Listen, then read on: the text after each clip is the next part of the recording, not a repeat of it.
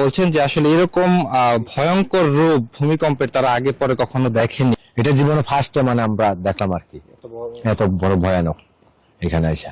আজকে সকালে ভূমিকম্পের যে ভয়াবহতা সেটি ঠিক আমার পেছনে যদি একটু দেখেন, এখানে কিন্তু এই ডেইরি ফার্মে কিন্তু যে মাটি রয়েছে সেটি কিন্তু ফেটে চৌচির এবং দুই খণ্ডে বিভক্ত হয়ে গিয়েছে।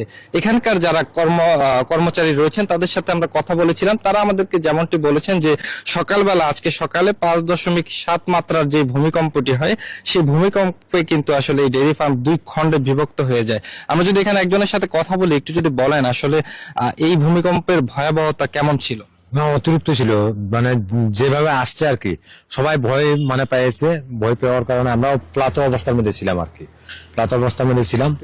থাকা অবস্থায় ওইদিকে আস্তায় ওইটা ফাটক ধরছে, আমরাও ছিলাম কামের মাথায়, মানে টেকে ছিলাম কাজ করার জন্য যাবো আর কি, কাজ করবো। আর ওই সময়টার মধ্যে এমন ভাবে দিছে গাছপালা ধরে একবার লড়াচড়া, মানে একবার খুবই অতিরিক্ত। আমাদের সাথে 3 জন ছিলাম, আমরা 3 জনেই পলাইতে লাগলাম, মানে জানে মানে ভয়ের কারণে আমরা পলাইলাম আর কি। পলানির পরে কিছু দূর আসিয়া দেখিতেছে আরো বেশি হইতেছে। এটা জীবনে ফার্স্ট মানে আমরা দেখলাম আর কি, এত বড় ভয়ানক এখানে এসে।